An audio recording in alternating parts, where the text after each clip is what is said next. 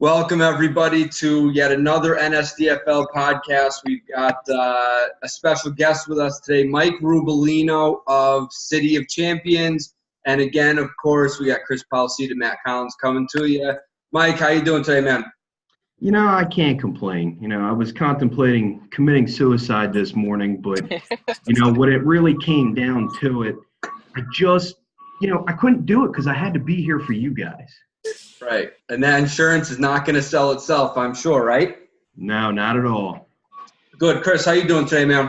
Good. I'm excited. Number one, I appreciate the sentiment here, and apologies for this idiotic truck just deciding to practice his parking maneuvers in the background. But yeah, I'm excited. I think this is going to be a good show. It should be a lot of fun. Let's get to it. Is that truck going to be gone? Is the magical question.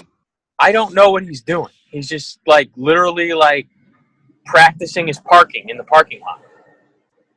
I don't know. So I mean, sorry to everybody in advance. Yeah, I think he's going.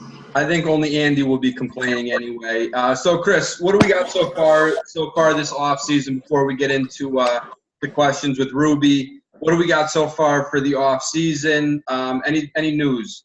Yeah, just quick housekeeping. Everybody probably knows by now, but, waivers are open, trades are open, Yahoo's open. Get on the site, check in every once in a while. I know some trades have been flying there. Some trade offers have been flying back and forth there. So just get on the site and get going. It's we're less than 60 days away from football. So, it's time to get moving. I'm glad you said that. I had no idea the waivers were open, as a matter of fact. You and I talk every single day, and I had no idea. So that's good that you did that. All right, Ruby, just going to get into a few questions here before we start breaking down the NSDFL West, where you reside as the City of Champions. First, defend this name, City of Champions. I know you're a Western Pennsylvania guy. Why does Pittsburgh feel they're the City of Champions? Is this the early 1980s or what? What have they done for us? Recently, we do have the Penguins winning back-to-back Stanley Cups. Okay. We do have the Steelers who have basically been there, done that, and continue to be there and do that. Other cities have their way and their calling card, and they can say that, we're the City of Champions. Philly finally has their one chance to say that with, two teams winning in the same season with Villanova and the Eagles. But, are they really a City of Champions? Could give it to Boston, but just a diehard, Pittsburgh fan through and through. It just gotta ride with it and die with it. Okay. I think we all agree that Philadelphia isn't even close to deserving that moniker. So we agree there. Live in the area, have to hear it every day. So, can't really. Whatever. It is what it is. Now, you live in Delaware, Ruby? I do, yes. How far are you from Philly? Less than an hour. So everybody basically in that area, since there's obviously nothing in Delaware, everyone considers themselves a Philly person? Pretty much. With Flacco having gone to the University of Delaware and now playing for Baltimore, that's about an hour and a half away. It's probably the only other team in the area that has a real shot at, having a true footprint in this area. I would say that Pittsburgh has a pretty big following, as well as Dallas. That seems to be the four that are really in this area. Yeah. All right. Now, the other thing I wanted to touch upon is you've referenced a couple of times in the first 3 years of the league that you dabbled in the Indy Wrestling scene for I don't know how long. So could you tell us a little bit about that? What was your goal? Were you trying to make it to the next level, or was it just just for thrills, a wrestler in high school? Talk us through it, will you? I did wrestle in high school. I was never anything special. It was just kind of one of those sports that I did in between football and baseball. There was nothing going on in the winter. Wasn't very good at it. Never really wrestled at varsity, whatever. I kind of picked it up freshman year, and it was what it was. I actually fell into wrestling WWE style ass backwards. It was one of those things where a buddy of mine just happened to have something to do with video production and voiceover work. in the company said, hey, you want to give something a shot? Showed up to practice, got the bug, stuck with it for about 3 years, and I'm actually no longer doing it, and I've been out now for about 2 years, or about a year now, a full year. Okay. So what's that like? I mean, it's actual WWE moves, and like, how do you trust that these other people that may not be trained or whatever, that they're not going to kill you out there? Well, it's not like we just set up a ring in the backyard. This is an actual company that has an actual production, has a storyline built in. They know the direction, and you just work together hand in hand to make that production the best that you can. Did you ever sustain any injuries doing it? I did break my nose. You broke it. Well, how did that happen? My nose. I caught an elbow directly into the face. And obviously, that's not supposed to happen. I mean, is he supposed to make any contact at all? Yeah, he was.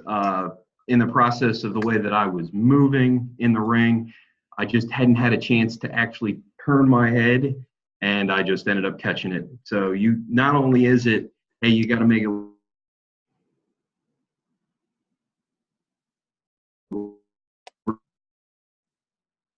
Hold on, we lost you a little bit. So there was nothing he could do to stop it from happening. So where's he supposed to hit you? Like in the cheek? The neck, okay. cheek area. Right. I just never got my nose out of the way. As you can tell, it's an Italian schnoz.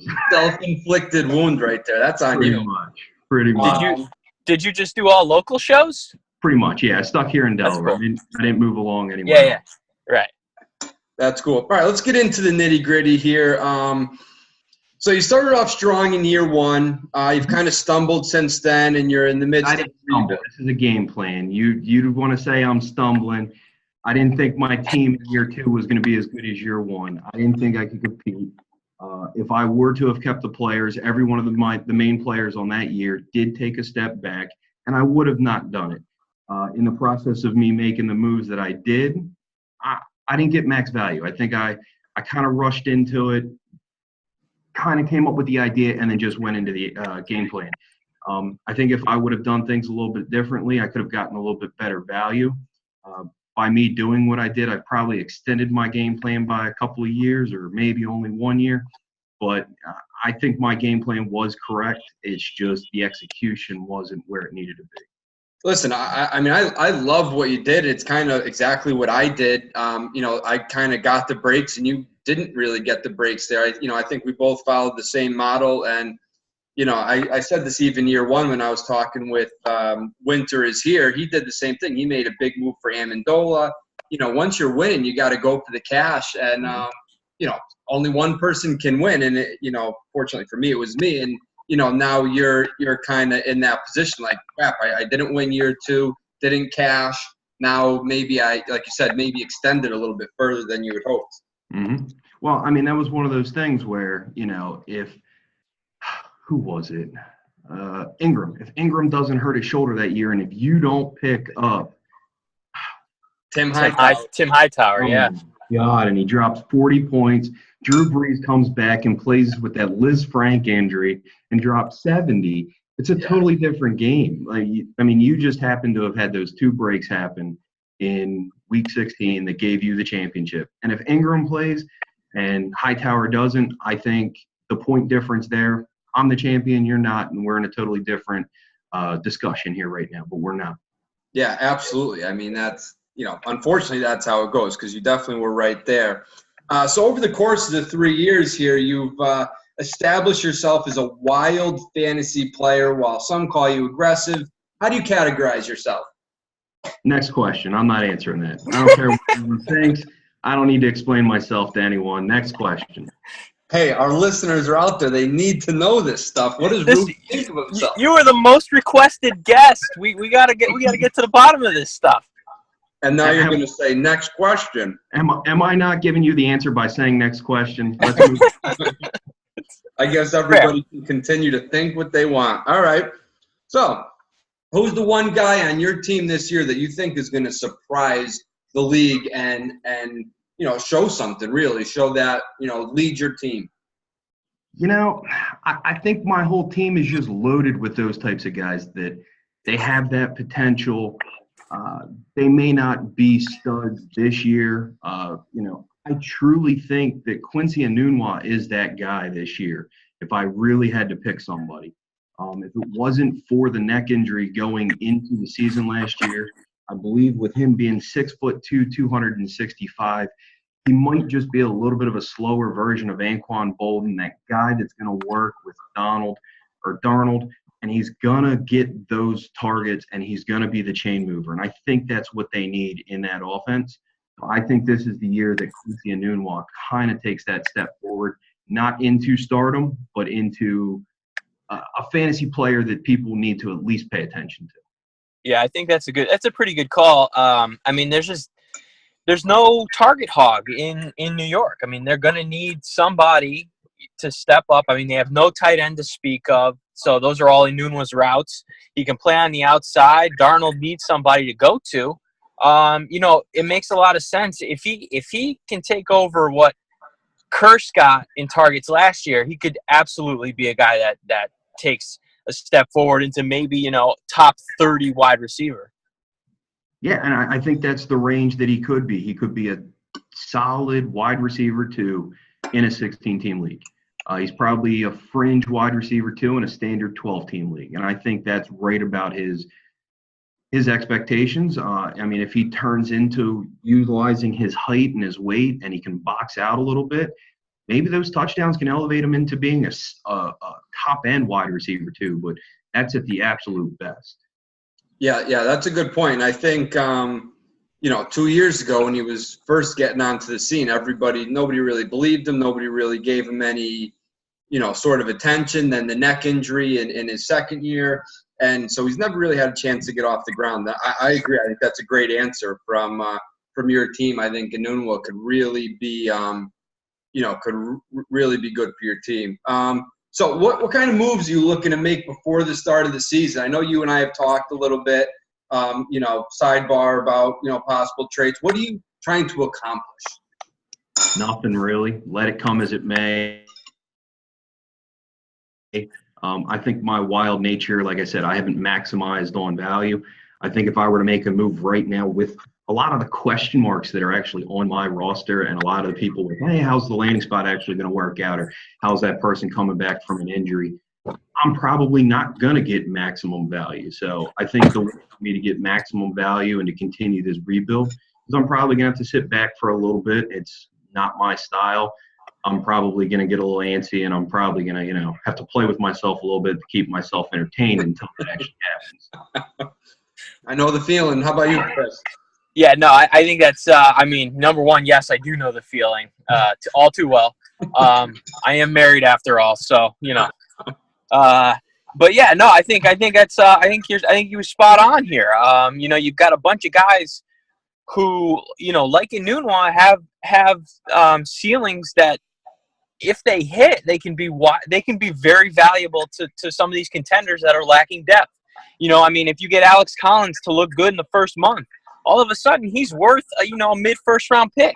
Same with Deion Lewis. If Cameron Meredith comes back, we've seen what he did in Chicago with Matt Barkley. If he shows well in the first month with Drew Brees, all of a sudden he's got a ton of value. So yeah, I think if your plan is to wait and maximize value, I think that's the right move. Unless something really good comes your way, you wait for these guys to pop and see how they look in the first month, and then reevaluate. Yeah, I've got no complaints with that philosophy there. I like a lot of the landing spots of my players. I'm actually excited for them. I project myself to finish at 3-10, but I think I could finish better if the weeks play out right, and maybe some other people don't land or they don't work out the way that other people are thinking they will. So let's get into talk about the West Division here. Before we get into the players on each team here, I want to just say how much I distrust this division. I think back to about a year ago, Chris, when you and I were in the stone age of writing up our predictions for the divisions rather than doing it on a podcast.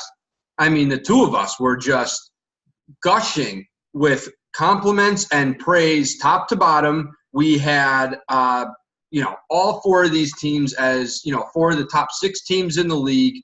We couldn't say a bad thing about it. And then we get to the end, and Jimmy is the lone playoff representative here. He ended up making a nice little run, making it to the championship. But you had fell flat on your nose. Ruby here fell flat on his nose. And, Ruby Goodell followed his game plan. Okay, Ruby followed his game plan.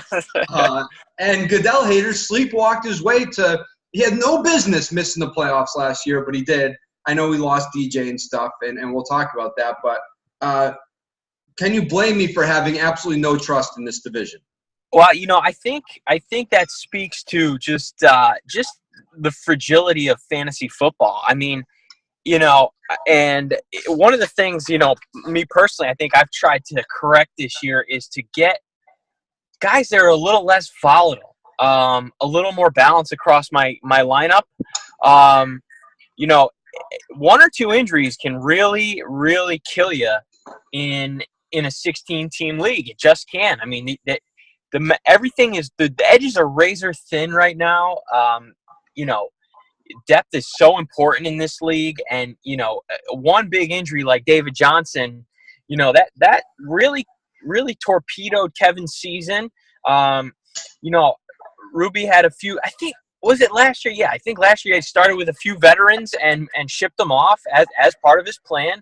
You do that, and things change. Obviously, I had injuries left and right, and guys didn't hit. Amari Cooper was useless. I mean, when that stuff happens, everything goes to shit.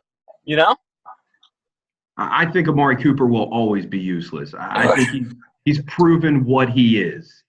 I don't think there's any upside there, especially in an offense that's going to be, running out of the 1990s here, where we're going to be I formation, play action, throw it deep, and hope for the best. Yikes. So not high hopes for Gruden. I'm just happy that he's not in the booth anymore and I have to listen to his lousy mouth talk it all. But, Chris, can I hit the rewind button here a little bit? You said you picked up guys that are less volatile, yet your big splash was you traded like 14 picks for Todd Gurley, who was good, atrocious, great. How is that not volatile in his first 3 seasons? The first 2 seasons were with Jeff Fisher, so we just have to strike those from the record. Okay. He's with McVay now. We know he's going to get 1 million touches. That's the least volatile piece you can pick up as a guy is going to get 1 million touches, roughly 1 million. That's an estimate. Maybe 1 or 2 less or 1 or 2 more, but to me, he's a guy that just. I think he just gives you a steady floor every week with a high ceiling. I mean, to me, those are the guys I tried to add this year to sprinkle in with, Cooper, Allen Robinson, so, it is, we'll get there, but, that was sort of the game plan. All right. So walk us through these projected lineups here. You got some of that in, Ruby? Yeah, I mean, don't you think that with the amount of touches that Gurley saw last year that he could take that step back? I mean, he didn't get to the DeMarco Murray level the last year that he was in Dallas, but he did have a ton of touches, especially down the stretch. I mean, is there a chance, a real chance that he's actually going to take that step back this year and that he's not going to be worth what you paid for? And I think that there's probably a 60% chance that that's going to happen this year. And that could be the undoing of this Rams team this year as well. I mean, they need Gurley to be that, and without it, what else are they going to have? The thing that doesn't worry me is that a lot of his touches came in the passing game, which is just, it's a little less of a beating on your body when you're getting a lot of touches in the passing game. And I don't see any reason for them to not do that again this year. Do I think he's going to be the number 1 overall player? I mean, probably not. I mean, that's just natural regression. But he's going to get enough that if he's healthy, which is always a risk with running backs, if he's healthy, there's no reason he shouldn't be in the top 5. Which, frankly, I'll pay the price that I paid for a top 5 running back. But I mean, look, running backs are volatile, which is why I tried to add depth this year. But yeah, I mean, I don't think you're off base. I think your percentage was a little high, but I don't think you're off base in saying he takes a step back. Well, I mean, that's kind of where, this is fantasy football. Everybody's got their own thing. I'm not saying he's going to take a huge step back, but that's why I said there's about a 60% chance he takes at least a decent step back and probably falls back into where I think he is probably a running back 4, running back 5 type of spot instead of being that number 1 guy. Yeah, I think that's fair. I don't think there's anything unfair about that. I mean, but yeah, I mean, you're gonna have fluctuations every year. I mean, I don't think he's David Johnson or Le'Veon Bell just because those guys see more touches than him and they see more in the passing game. So we'll see. I mean, he's young enough that I think he's got a very decent window that he was worth paying up for. All right, but that's it. We'll get more into that when we get to my team, I guess. But let's start with Jimmy's team here. They finished first last year. Projected lineup: Cam Newton, Antonio Brown, Joe Mixon, George Kittle, Keenan Allen, Odell Beckham Jr., Sammy Watkins, Jamal Williams. And then on the bench, he's got Aaron Jones, Josh Rosen, Christian Kirk, and Marshawn Lynch. Matt, you go first. At first glance, this team looks outstanding. By other people's regard, I hate this team. And I'll tell you why. I really do not like Sammy Watkins. I don't love his fit in Kansas City. Too many mouths to feed there. I've just never liked him. You've known that about me. OBJ, I do not like. Again, I'm alone there. Mixon, I see as a top 5 overrated player this year. George Kittle, I was okay giving him up because, again, I think this whole San Fran being unstoppable is fictional. I love Cam, I love AB, and I love Keenan Allen. I really do like his Green Bay 1 and 2 here in the running back spot. Again, the Green Bay running back, as long as it's not a pure split when Jones comes back, or as long as what's his name, Ty Montgomery doesn't mess with things, the Green Bay running back is going to be valuable. So, do I love this team? No, because half the guys in the starting roster I hate. See, I'm kind of in agreement with you there. I think Cam Newton is a great fantasy quarterback, but I also think that he's a team killer when it comes to actually doing something in real life. I think that Carolina's never going to win the big one with him at the helm. They might be flashy, they might look great, but he's always going to get his numbers because he's going to rush. AB, the best by far, no discussion. OBJ, he's right up there. I'm not a big fan of him. I hate his flamboyance. I hate his style as well. But, I mean, the guy produces. What else can you really argue about? I mean, I think Kittle, it's not really a hindrance there. There's a lot worse teams that have there are teams that have a lot worse tight ends as their starting tight end. So there's really no complaint there. I mean, that's a piece that you could definitely add. I'm on board with you with Mixon. I think Mixon himself could be good. I think Cincinnati's going to suck, and it's just going to take away a lot from him this year. And then you love the Green Bay running back situation. I hate it. They're always hurt, and they've proven that they're going to ride the hot hand. So is he going to start the right guy week in and week out when it comes to him? I don't think that's going to happen. Let's make it 3 for 3 here. I see 2 huge question marks that are going to make or break Jimmy's season. Joe Mixon and Sammy Watkins. If those guys play up to their talent level, I think Jimmy wins this thing going away. But, if they don't, or there's an injury, or, then I think he could be in trouble to even make the playoffs. I think those are the 2 key players for him, and they'll dictate how far he goes. Ruby, you didn't mention anything about Watkins. What are your thoughts on him? I was never a Watkins guy. I mean, I think he's always been just a little overrated. I mean, the injury concerns over the years just diminish it. I'd always tried to stay away from guys like Keenan Allen and Sammy Watkins just because you're guaranteed to miss 3+ games a year. And what good is that really doing you if you're wasting that high of a draft pick? Yeah, that's a good point. All right, so let's move on here to Goodell haters. Kevin's projected lineup: Brady, Adam Thielen, David Johnson, Gerald Everett, Le'Veon Bell, Christian McCaffrey, Chris Hogan, Michael Gallup, and on the bench he's got Keelan Cole and Chris Godwin. Ruby, why don't you go first?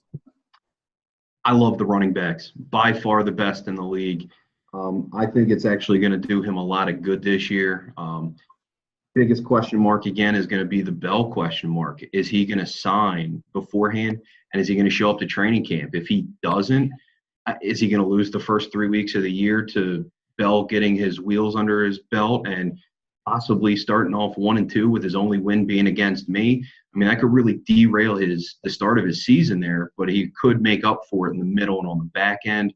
But then he would have to not have any injuries whatsoever to really capitalize on that. I mean, other than that, the wide receivers, I like Thielen a lot, but is he going to have the same production?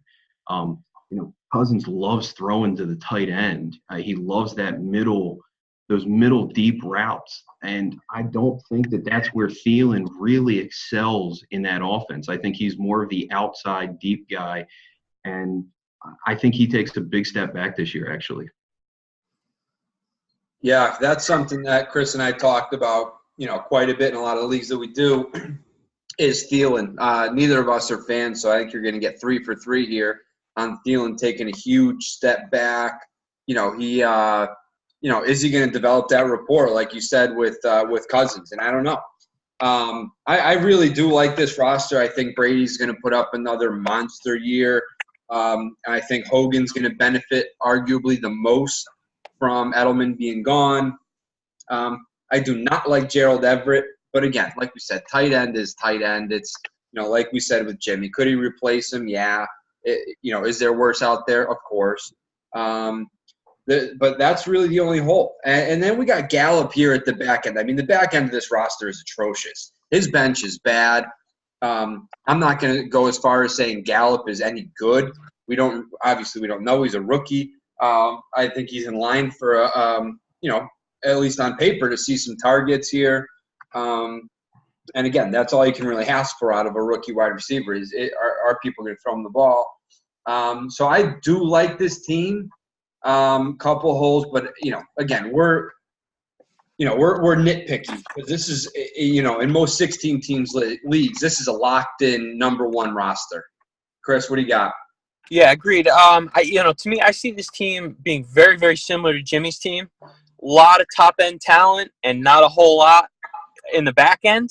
And we saw it last year. One injury derailed this season. I mean, he never really got over the hump, couldn't string together wins, and that's what fantasy's all about, is stringing together wins. Look, David Johnson, Le'Veon Bell, Christian McCaffrey, those guys catch a ton of balls. They're PPR studs.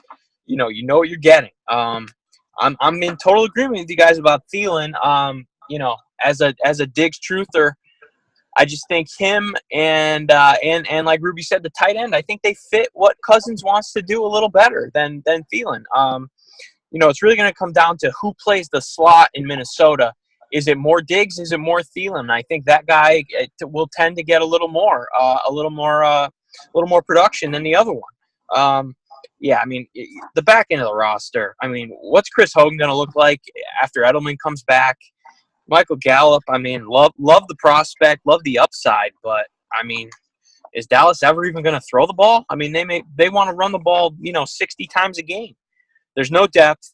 To me, this is a team that desperately needs to make a trade. I would liquidate. It's going to sound crazy, but I would liquidate Le'Veon Bell on this team for 3 solid pieces. And I think, the Gurley trade, granted it was mostly picks, but that showed what you can get for a top stud player. And if I'm Kevin, I'm doing this and I'm just improving the rest of my lineup. To me, that's the no-brainer move for him, and that's where I'd go. What's he have for picks? I'm looking it up right now. No, I don't think he has a 19 first. No, he does not, nor a second. So you're right. Liquidating is probably going to be the only chance he has. We just got the 10-minute flasher notice from the Zoom people. So we got 10 minutes left. So let's move on to the next team, Chris. Go ahead. All right, the next team is my team here. Projected lineup at quarterback, Roethlisberger or Mariota, Diggs, Gurley, Kyle Rudolph, Mike Evans, Amari Cooper, Jerick McKinnon, Allen Robinson on the bench, Michael Crabtree and Rashad Penny. I'll just start with my team. Look, it's solid top to bottom. I mean, it's just a matter of the wide receivers proving they can do what they can do. I tried to build in a little depth this year with Crabtree and Rashad Penny. We'll see how it breaks. It's got to break right. I completely agree there. How does A-Rob come back from that injury? Can McKinnon truly hold up as the main guy? Matt's made it known he's not a big San Fran guy. He thinks that, they're going to take a step back. He could make up for it in the catches without actually getting in the rushing yards. So, he could make up for it there. Kyle Rudolph, over the last 3 years, minus those two major shortened injury seasons, averaged 63 catches, 622 yards, and about 6 2/3 touchdowns a season. That's solid production out of the tight end position. But he had that one outlier where he had 11 catches go for over 20 yards, and he has never had more than 4 in a season before that. Well, did you know that off the top of your head, Ruby?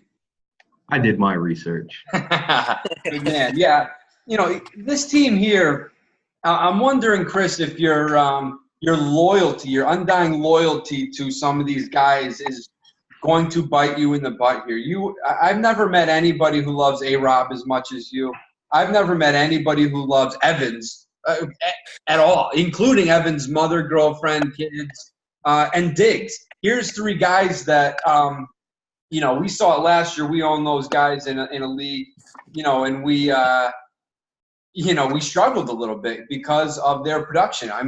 We said all year our theme was, God, if Evans or Diggs is anything this week, we're going to roll. And there was many, many weeks where we didn't roll as a result of those guys. And Ruby brought up kind of at the beginning of the show, Amari Cooper.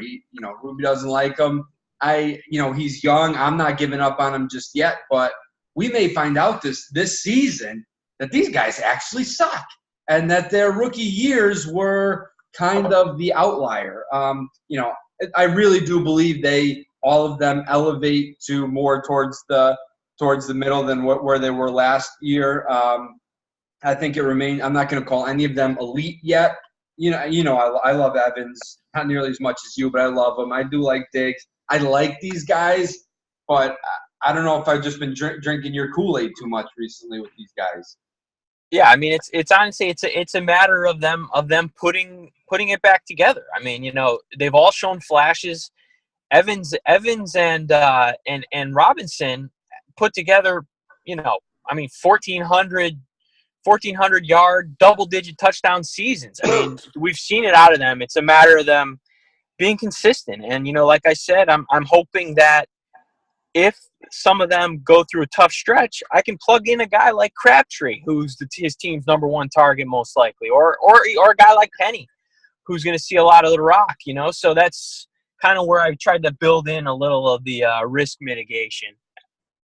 I would lean Penny over Crabtree personally, sure, just because I do believe that the Ravens are still going to play that John Gruden 1990s, early 2000 Raven-style football where they're going to want to run the rock 55 to 60% of the time and then make their throws when they've got you sucked in. Yeah, I like Penny a lot, Chris. I think you've done well to build in this depth.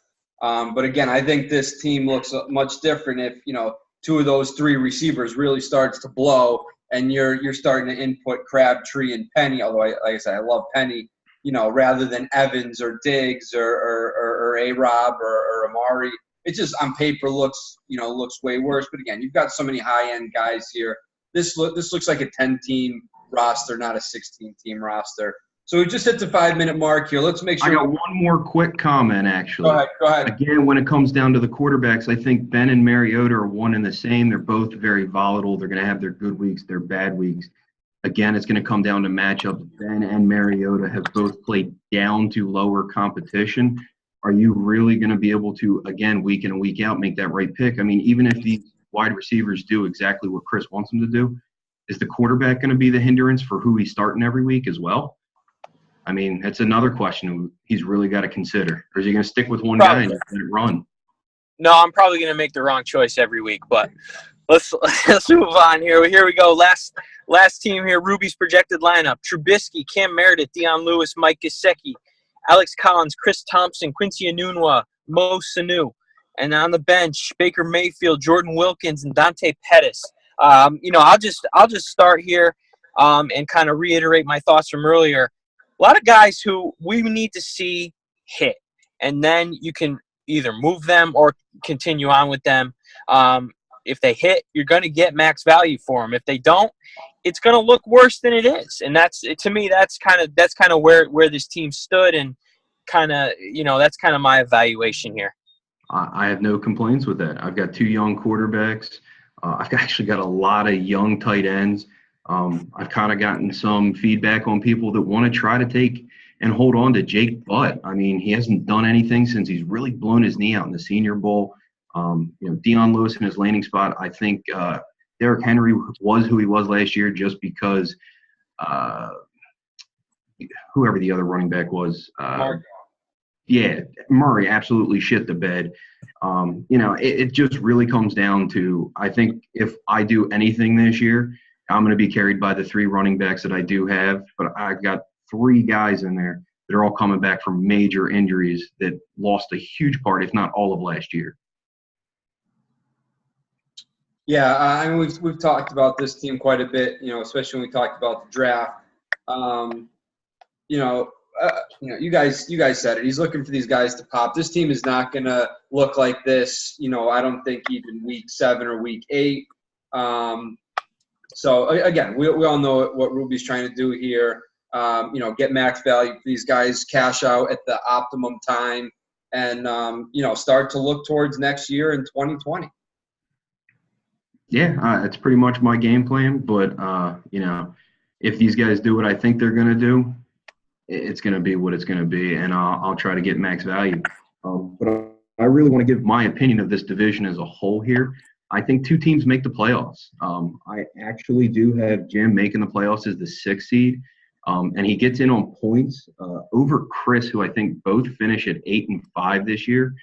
Or I'm sorry, 8-5, whatever it is. 8-5, and then I have Goodell haters actually finishing 9-4 and winning the division this year. I think the running backs are just going to absolutely carry it, but I think Goodell haters eventually makes it to the championship and loses to Graham in the end. No, Ruby. All right, you know what? I'm okay with the jinx. Ruby. Good pick, Ruby. We knew what that was about. Oh yeah, that's my fault for ruining that. I really struggle to pick the winner of this, because I think each team has their faults. Like we talked about their faults. If I'm picking the order here, I'm going Jimmy, Chris, Goodell, Ruby. I'll take that same order, but I think the top 3 teams all make the playoffs. I think 2 wild cards come out of this division. Wow. It's my hot take. I honestly think that one of the 3 teams starts off 1-2, maybe even like 2-4, and blows it up. And I think that team is Goodell. Well, we shall see, guys. I think there's going to be a lot of sharks in the water when a team with Bell and DJ and Brady is struggling. A lot of guys offering. All of a sudden, Goodell wakes up, makes some moves. All right, we got to get going here. We're under a minute here. So, Ruby, thanks for coming on, and looking forward to the season. Thanks, guys. See you. Thanks. It was good.